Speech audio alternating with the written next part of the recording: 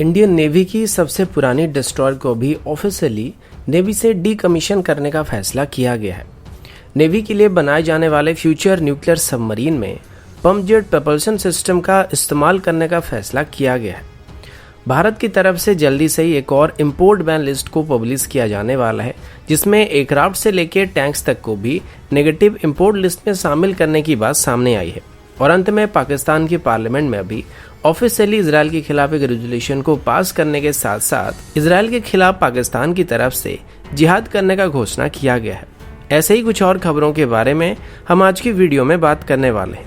नमस्कार दोस्तों, मेरा नाम है अंशुमन नायक और आप सभी का बहुत बहुत स्वागत है इंडियन डिफेंस न्यूज की डिफेंस टॉक सीरीज में, जहां पर हम रोज नए नए डिफेंस अपडेट्स के बारे में बात करते हैं। तो चलिए देर न करते हुए आज की वीडियो शुरू करते हैं।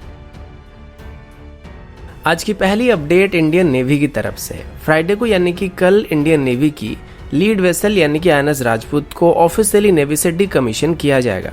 नॉर्मली 80s के दौर में बनाया गया था और इसको ऑफिशियली 4 मई 1980 को इंडियन नेवी में शामिल किया गया था और अभी लगभग 41 साल की सर्विस के बाद इसको नेवी से डीकमीशन किया जाने वाला है। इसे अभी कल नेवल डॉकयार्ड विशाखापट्टनम में डीकमीशन करने का फैसला किया गया है, लेकिन इस दौरान कोई भी बहुत बड़ी समारोह का आयोजित नहीं किया जाएगा और वजह आप सबको पता है। इसको सबसे पहले 11 सितंबर 1976 को बनाना शुरू किया गया था और 17 सितंबर 1977 में इसको लॉन्च किया गया था। उस दौरान रशिया सोवियत यूनियन हुआ करता था और इसे निकोलेव सीपोर्ट में बनाया गया था, जो कि फिलहाल अभी यूक्रेन में है। अपनी 41 साल की सर्विस के दौरान INS राजपूत में 31 कमांडिंग ऑफिसर रह चुके हैं और ये बहुत ईस्टर्न फ्लीट में और वेस्टर्न फ्लीट में ऑपरेट कर चुका है। अभी इसको कई मल्टीनेशनल मिलिट्री एक्सरसाइज में शामिल किया जा चुका है और कई हाई प्रोफाइल नेवल ऑपरेशन के दौरान, जैसे कि ऑपरेशन कैक्टस के दौरान या फिर ऑपरेशन क्रॉस नेस्ट के दौरान भी इसको डिप्लॉय किया जा चुका है। इसी के साथ ही अभी इंडियन नेवी से हमेशा के लिए INS राजपूत को विदा करने का फैसला किया गया है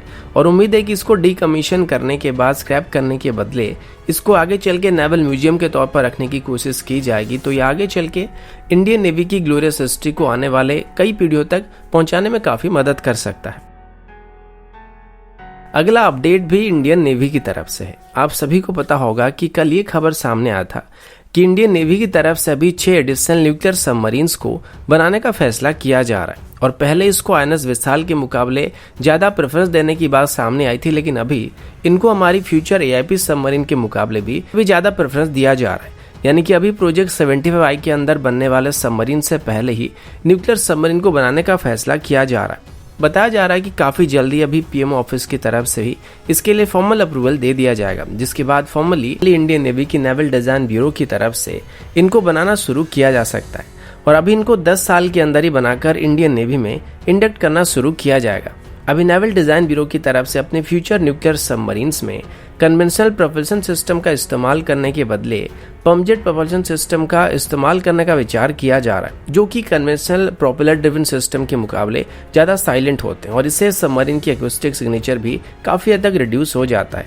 और अभी आपको पता होगा कि फ्रेंच नेवल ग्रुप की तरफ से इंडियन नेवी के लिए स्कॉर्पियन क्लास की सबमरीन्स को बनाया जा रहा है और साथ ही प्रोजेक्ट 75I के अंदर भी कलवरी प्लस क्लास की सबमरीन को फ्रेंच नेवल ग्रुप की तरफ से भारत को ऑफर किया जा रहा है। इसी बीच फ्रेंच नेवल ग्रुप की तरफ से इंडियन नेवी को अपनी बैरकुडा क्लास की अटैक सबमरीन को भी ऑफर किया जा रहा था, जो कि इसकी नॉन न्यूक्लियर वेरिएंट होने वाले हैं। और अभी इंडियन नेवी की तरफ से सेम बैरकुडा क्लास की सबमरीन्स में इस्तेमाल किए गए पंप जेट प्रोपल्शन सिस्टम की टेक्नोलॉजी को हासिल करने की कोशिश किया जा रहा है। अब हमारे जो न्यूक्लियर सबमरीन्स होने वाले उसमें जो रिएक्टर इस्तेमाल किया जाएगा उसको तो फिलहाल हमारी भाभा एटॉमिक रिसर्च सेंटर की तरफ से डेवलप किया जाएगा, लेकिन कुछ टेक्नोलॉजी जो है वो बैरकुडा क्लास की न्यूक्लियर सबमरीन से भी डिराइव किया जा सकता है। और फ्रांस के साथ वैसे ही भारत के रिलेशन काफी अच्छे हैं और अगर फ्यूचर में भारत अपने प्रोजेक्ट 75I के अंदर भी फ्रांस की सबमरीन को खरीदने का विचार करता है तो भारत को आसानी से फ्रांस की पंप जेट टेक्नोलॉजी मिल सकती है, जिसे भारत अपने न्यूक्लियर सबमरीन से भी इस्तेमाल कर सकता है।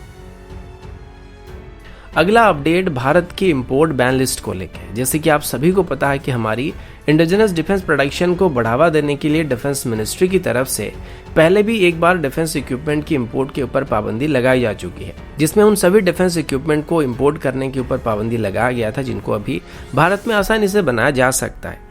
इसके अंदर टोटल 101 डिफेंस इक्विपमेंट को इंपोर्ट करने के ऊपर पाबंदी लगाई गई थी, लेकिन अभी 1 या 2 महीने पहले एक बार फिर से एक नोटिस दिया गया था कि डिफेंस मिनिस्ट्री की तरफ से भी एक और इंपोर्ट बैन लिस्ट को प्रिपेयर किया जा रहा है। इसके बारे में सबसे पहले तो हमारे चीफ ऑफ डिफेंस स्टाफ की तरफ से ऑफिशियली बताया गया था, लेकिन पहले तय किए गए टाइमलाइन के हिसाब से जो नया इंपोर्ट बैन लिस्ट था उसका इशू होने का टाइम यहाँ पे 1 से 2 महीना डिले हो चुका है। अभी सुनने को मिल रहा है कि डिफेंस मिनिस्ट्री की तरफ से अभी फाइनली नए इंपोर्ट बैन लिस्ट या नेगेटिव इंपोर्ट लिस्ट को तैयार किया जा चुका है और इसे अभी इसी महीने के एंड में या अगले महीने की शुरुआत में ही पेश किया जाएगा। पिछली बार जो नेगेटिव इंपोर्ट लिस्ट को पब्लिश किया गया था उसमें ज्यादा बड़े और हेवी डिफेंस इक्विपमेंट को इंपोर्ट करने के ऊपर पाबंदी लगाया नहीं गया था, लेकिन अभी एयरक्राफ्ट से लेकर टैंक्स तक को भी इंपोर्ट करने के ऊपर पाबंदी लगाया जा सकता है।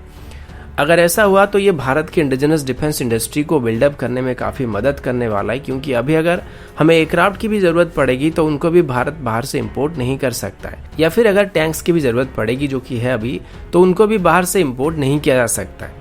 जिससे हमारी एरोस्पेस सेक्टर के साथ साथ हमारी आर्मर्ड व्हीकल की डेवलपमेंट सेक्टर भी काफ़ी आगे बढ़ सकता है। लेकिन दिक्कत ये है कि फिलहाल हमारे पास कोई भी एडवांस एयरक्राफ्ट मौजूद नहीं है और ना ही अभी हमारे पास कोई बढ़िया सा टैंक का डिज़ाइन मौजूद है जिसको हम मैन्युफैक्चर कर सकते हैं। क्योंकि अगर अर्जुन टैंक की बात करें तो ये इंडियन क्लाइमेट कंडीशन के हिसाब से सिर्फ राजस्थान सेक्टर में या फिर पंजाब सेक्टर में ऑपरेट कर सकता है, जिस वजह से इसकी ऑर्डर मिलने के चांसेस काफ़ी कम है। और अभी आर्मी को लाइट टैंक की जरूरत पड़ रही है तो उसके लिए अभी अलग से एक और टैंक को बनाने की जरूरत पड़ने वाली है। और अगर एयरक्राफ्ट की बात करें तो शायद अभी आगे चल के MMRC टेंडर को पूरी तरीके से बंद करके उनको तेजस MK2 या फिर ट्विन इंजन डेगवेस्ट फाइटर की फर्दर एयरफोर्स वेरिएंट से रिप्लेस करने का प्लान किया जा सकता है। अगला अपडेट इजराइल और पाकिस्तान को लेके। वैसे ये बात आप सभी जानते हैं कि इजराइल और पाकिस्तान के बीच शुरू से अच्छे रिलेशन नहीं थे, यहाँ तक कि इजराइल को पाकिस्तान एक देश तक नहीं मानता है। और अभी हाल ही में इजराइल और फलस्तीन के बीच हो रही कॉन्फ्लिक्ट को लेके पाकिस्तान की तरफ से इजराइल का कड़ा विरोध किया जा रहा है। पहले तो पाकिस्तान की जो पब्लिक थी वो लोग अलग अलग सोशल मीडिया प्लेटफॉर्म में पाकिस्तान को इजराइल के ऊपर हमला करने के लिए या फिर मिसाइल अटैक करने के लिए, न्यूक्लियर हमला करने के लिए सजेशन दे रहे थे। लेकिन अभी ऑफिशियली पाकिस्तान की नेशनल असेंबली में इजराइल के अगेंस्ट में पाकिस्तान की तरफ से एक रेजोल्यूशन को पास किया गया है। साथ ही पाकिस्तान की अलग अलग मिनिस्टर्स की तरफ से भी इजराइल के खिलाफ बयानबाजी किया जा रहा है और इसमें पाकिस्तान की नेशनल असेंबली में ही इजराइल के खिलाफ जिहाद करने का डिक्लेरेशन किया गया है। और पाकिस्तान की तरफ से भी इजराइल के ऊपर न्यूक्लियर अटैक से लेके कन्वेंशनल मिलिट्री अटैक करने के लिए भी पाकिस्तान के अलग अलग मिनिस्टर्स की तरफ से सुझाव दिया जा रहा है। जमाते इस्लामी के मौलाना अब्दुल अकबर ने तो पाकिस्तानी आर्मी चीफ को ये संदेश दिया कि अगर पाकिस्तान इजराइल से फलस्तीन को लिबरेट नहीं कर सकता है तो उनकी 7 लाख जो बड़ी आर्मी है उसकी क्या जरूरत है। दूसरी तरफ मुफ्ती अब्दुल का ये कहना है कि पाकिस्तान अभी बस कुछ ही मिनट के अंदर इजराइल का नामो निशान मिटा सकता है। एक और तारीखी इंसाफ की मेंबर की तरफ से कहा गया था कि अभी फिलहाल पाकिस्तान इजराइल के खिलाफ जिहादी कर सकता है, क्योंकि उनके पास अभी इसके अलावा कोई भी रास्ता बचा नहीं है। इसके अलावा पाकिस्तानी मिनिस्टर्स की तरफ से ऐसे और भी कई सारे स्टेटमेंट दिए गए थे जिनको स्टेटमेंट कम और सस्ते नशे के साइड इफेक्ट ज्यादा कहा जा सकता है। और वैसे भी कभी कभी जब SK-40 में हार्पिक मिलाकर पीने वालों को थोड़ा ज्यादा ओवरडोज हो जाता है तो ये एलियंस के खिलाफ भी जिहाद करने की बात करते रहते हैं। भले ही इनके पिचकारी में दम न हो लेकिन होली खेलने की बात करते रहते हैं। मेरा मतलब भले इनकी मिसाइल में इतनी ज्यादा रेंज नहीं है कि इजराइल तक मार कर सके, लेकिन फिर भी ये न्यूक्लियर स्ट्राइक करने की बात करते रहते हैं। अब इस बात से मुझे लगता है कि ईरान को सबसे ज्यादा टेंशन हो रहा होगा, क्योंकि ये लोग तो गधे हैं। ये मिसाइल छोड़ देंगे, भले ही मिसाइल कराची से टेक ऑफ करने के बाद ग्वादार के आसपास लैंड कर जाएगा। और अभी अगर ये इजराइल पर मिसाइल दागने की कोशिश करेंगे तो इनकी मिसाइल में जितना दम है वो ईरान में गिरने वाला है या फिर बीच में कहीं पर गिरने वाला है। और अगर ये जोर जबरदस्ती इजराइल तक धक्का मार के अपनी कोई भी मिसाइल को भेज देते हैं, फिर भी इजराइल से फलस्तीन लिबरेट होगा या नहीं ये तो नहीं पता, लेकिन उसके बाद पाकिस्तान से क्या क्या लिबरेट हो जाएगा इसका थोड़ा सा भी अंदाजा पाकिस्तानी मिनिस्टर्स को नहीं है। और वैसे भी कोई इनको पहले ये बताए कि भीख मांगकर इजराइल के साथ जंग नहीं किया जा सकता है।